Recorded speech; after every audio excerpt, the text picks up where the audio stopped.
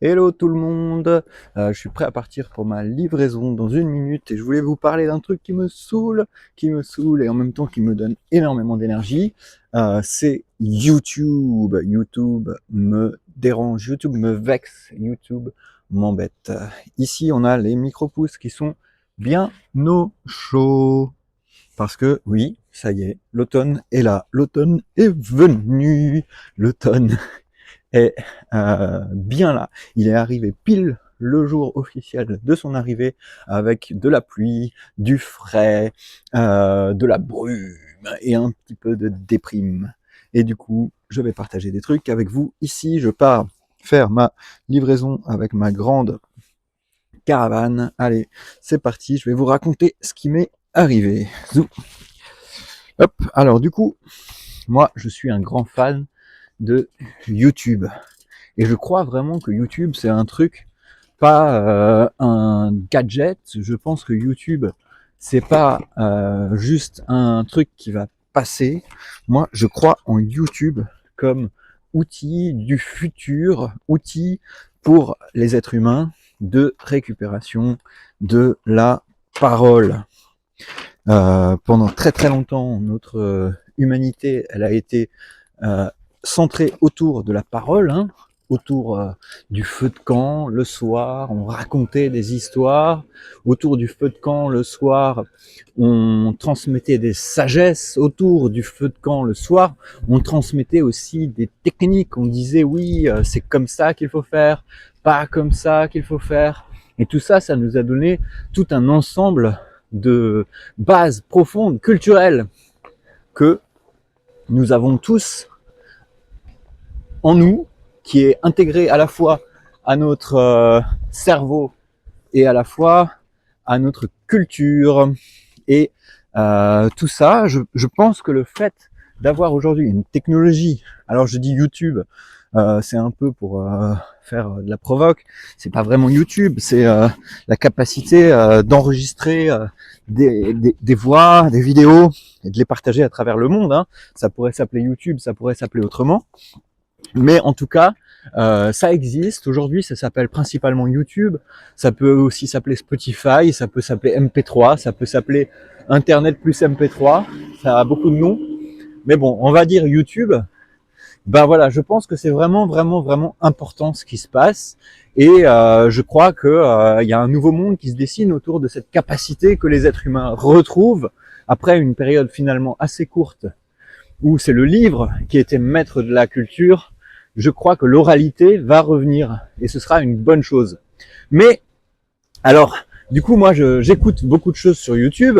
J'écoute de la politique, j'écoute des romans, j'écoute des conférences, de l'agriculture un petit peu aussi quand même, bien sûr. Et j'ai appris énormément de choses avec des influenceurs, avec des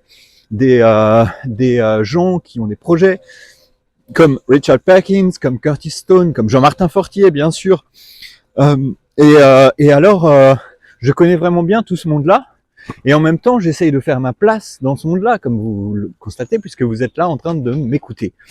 Mais il se passe une chose là en ce moment, c'est que il y a mon ombre, ma némésis, mon fantôme, qui crée une chaîne YouTube. Que vous, si vous vous intéressez au sujet, vous allez bientôt tomber dessus. C'est un Français. Il est français comme moi. Il doit avoir à peu près mon âge et il a à peu près les mêmes envies, le même parcours. C'est-à-dire que il est producteur de micro-pousses. Il vend des formations de micro-pousses. Il vend des micro-pousses a priori. Et il a des projets de créer et de partager des enseignements autour des micro-fermes régénératives. Et du coup, tout ça, c'est exactement ce que je fais ou ce que j'ai envie de faire. Je me retrouve complètement dans ce créateur de contenu.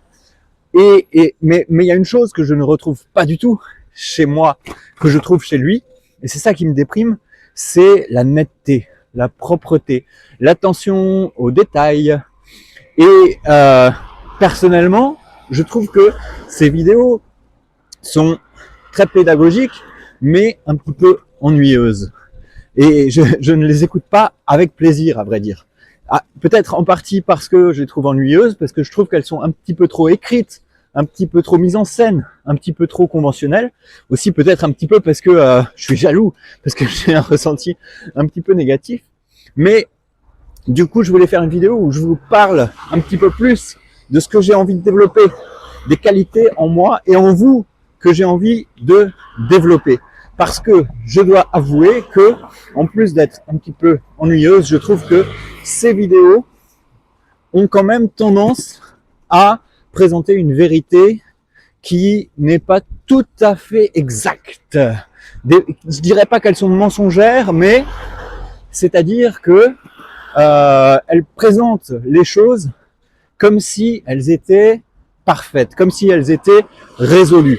Et c'est le deuxième point dont je veux parler là maintenant, c'est que moi j'ai cet intérêt pour l'agriculture depuis maintenant longtemps, depuis une dizaine d'années à peu près, et au fil du temps, je suis toujours surpris ou impressionné par ce que de plus en plus j'en apprends et plus j'ai l'impression que l'agriculture c'est une clé pour résoudre beaucoup de problèmes dans notre société, dans notre monde. L'autonomie alimentaire, résoudre des problèmes écologiques, stocker stocker du CO2, stocker du méthane, régénérer la diversité, mais aussi avoir des cellules sociales plus résilientes, plus tournées vers elles-mêmes, ou avoir plus de résilience vis-à-vis du monde qui nous entoure, pouvoir décider de s'isoler, de s'individualiser, d'être seul ou d'être en communauté, mais de choisir sa communauté, de prendre ses décisions, de prendre ses risques aussi. J'ai l'impression que l'agriculture, elle promet ça. Elle promet quelque chose au niveau économique, elle promet quelque chose au niveau politique, elle promet quelque chose au niveau écologique. Et qu'il y a beaucoup de solutions en fait, qu'il y a beaucoup surtout de problèmes qui sont de problèmes qui vont disparaître une fois qu'on aura résolu des problèmes agricoles. Parce que je pense qu'il y a beaucoup de problèmes qui proviennent de solutions qui ne sont pas optimales au niveau de l'agriculture. Le fait qu'on a des pollutions, le fait qu'on a des produits chimiques, le fait que on a des produits agricoles qui sont moins riches en nutriments. Hop, pardon, il y a un gros camion qui passe. Ce genre de problème-là. Et je trouve que il y a un petit peu une tendance à présenter des projets dans ces vidéos sur YouTube comme des solutions miracles, des solutions finies, ça y est, qui fonctionnent et qu'il ne reste qu'à reproduire. Et je pense que c'est une grande faute de faire ça, parce que si c'était le cas, j'ai l'impression que ça ferait tache d'huile et on en serait déjà bien plus loin. Mais de tous les projets que j'ai vus, comme Curtis Stone ou Richard Perkins, je trouve ça très bien parce que ça avance, ça permet d'avancer. Et je ne veux pas non plus complètement cracher dans la soupe et faire des reproches absolus à ces créateurs et à ce créateur en particulier, mais je souhaite, moi, personnellement, faire un travail qui soit plus un travail de recherche, un travail d'exploration, un travail qui met le doigt non pas sur les jolis trucs qui marchent bien, parce que je sais à quel point ça peut être illusoire de se concentrer sur les jolis trucs, les jolies images de Instagram, les jolies images de YouTube, les jolies théories, les jolies permacultures, les jolies micro-fermes, jardins maraîchers, bio-intensifs, tout ça, ces concepts, c'est joli sur le papier, mais ça n'a pas encore vraiment fait ses preuves. Et je me suis confronté à cette triste réalité moi-même quand j'ai lancé mon projet. Moi, je me suis lancé, j'étais à fond en mode Jean-Martin Fortier, j'avais le bouquin, je regardais les vidéos, j'ai acheté des formations quand c'était encore des petites formations pas trop chères. Je suis allé travailler dans des fermes qui sont revendiquées pour apprendre et j'étais emballé par ça et c'était quand même une grande déception pour moi de me rendre compte que c'est pas suffisant. Et ces projets se sont présentés par des gens qui sont très enthousiastes, mais qui n'ont pas vraiment les réponses. Et ils se disent, bon, c'est pas grave, j'ai pas vraiment les réponses, mais c'est pas grave, il faut quand même que ça avance. Du coup, je vais faire avancer les choses. Moi-même, je n'ai pas encore les réponses. Je n'ai pas encore toutes les réponses. J'ai beaucoup de questions. Et plus le... Hop, pardon, un autre gros camion qui passe. Plus ça avance et plus j'ai l'impression que la fenêtre des questions s'ouvre. Qu'il y a plein de questions auxquelles je n'ai pas de réponse. Et plus j'apprends, plus il y a de questions sans réponse. Mais il y a quand même de plus en plus de réponses aussi. Seulement, il y a un côté où si je publie juste ces réponses à ces problèmes, ça fait des vidéos qui font des flops totaux. Au niveau du maraîchage, par exemple, il me semble qu'on a à peu près toutes les réponses à toutes les questions, mais il y a deux gros problèmes, c'est le problème de la fertilité et surtout le problème des mauvaises herbes. Personnellement, je pense que je suis sur le point de créer des technologies ou des techniques ou des méthodes qui permettent de résoudre ces problèmes-là, ne plus avoir de problème de fertilité, ne plus avoir de problème de mauvaises herbes. Mais c'est pas sûr et je vais partager ça avec vous. J'espère que ce sera intéressant pour vous. En tout cas, en attendant, je continue à produire mes micro-pousses et à les livrer. Là, c'est ce que je suis en train de faire. Je suis en route pour aller livrer mes micro-pousses à Strasbourg. J'en ai plein dans ma remorque. Là, en ce moment, ça tourne assez bien, c'est assez agréable. Il y a quelques clients qui sont un petit peu, je sais pas, on verra si ça va continuer, si ça va s'arrêter. En tout cas, ça avance et aussi, je crée de la formation. Et du coup, j'ai mis sur mon site, en ligne là, une formation gratuite qui s'intitule « Comment semer vos premières micro-pousses en moins d'une heure ».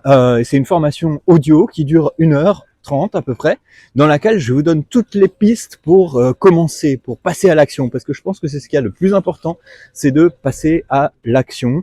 Je suis souvent assez impressionné par à quel point des gens peuvent faire des grands projets avec du papier, avec des grands concepts, des grands principes. Et ensuite, je leur demande, mais est-ce que tu as déjà semé? Est-ce que tu as déjà essayé? Est-ce que tu as déjà fait ça? Et ils me disent non. Et ça donne lieu à des grandes déceptions. Donc, au lieu de rêver en regardant des vidéos sur Internet, que ce soit des vidéos de Richard Perkins, que j'adore, que je trouve vraiment génial, que ce soit les Curtis Stone, que j'adore, qui est un peu devenu fou maintenant, et peut-être, je sais pas, faut pas non plus cracher non plus sur les gens quand ils changent d'avis, mais voilà, il est un peu parti dans une autre direction, Curtis Stone, alors que c'était une grande personnalité, et il a laissé derrière lui énormément de choses. Voilà, Jean-Martin Fortier aussi, super, voilà. Et puis ce créateur là, génial. J'avoue que ma mémoire est un peu nulle et du coup j'ai oublié comment il s'appelle, sinon je le dirais. C'est c'est Tom Pouce, la chaîne, Tom Pouce. Hop là. Mais donc je voulais dire que je veux partager ça avec vous et il y a cette formation où vous pouvez avoir un petit coup de pouce, où je peux vous aider à passer à l'action, à réaliser concrètement quelque chose pour que vous appreniez plutôt que vous théorisiez un futur projet, une hypothétique révolution dans votre vie et dans le monde. Voilà, je voulais partager ça avec vous. Merci de m'avoir écouté et je vous dis bonne journée, à bientôt.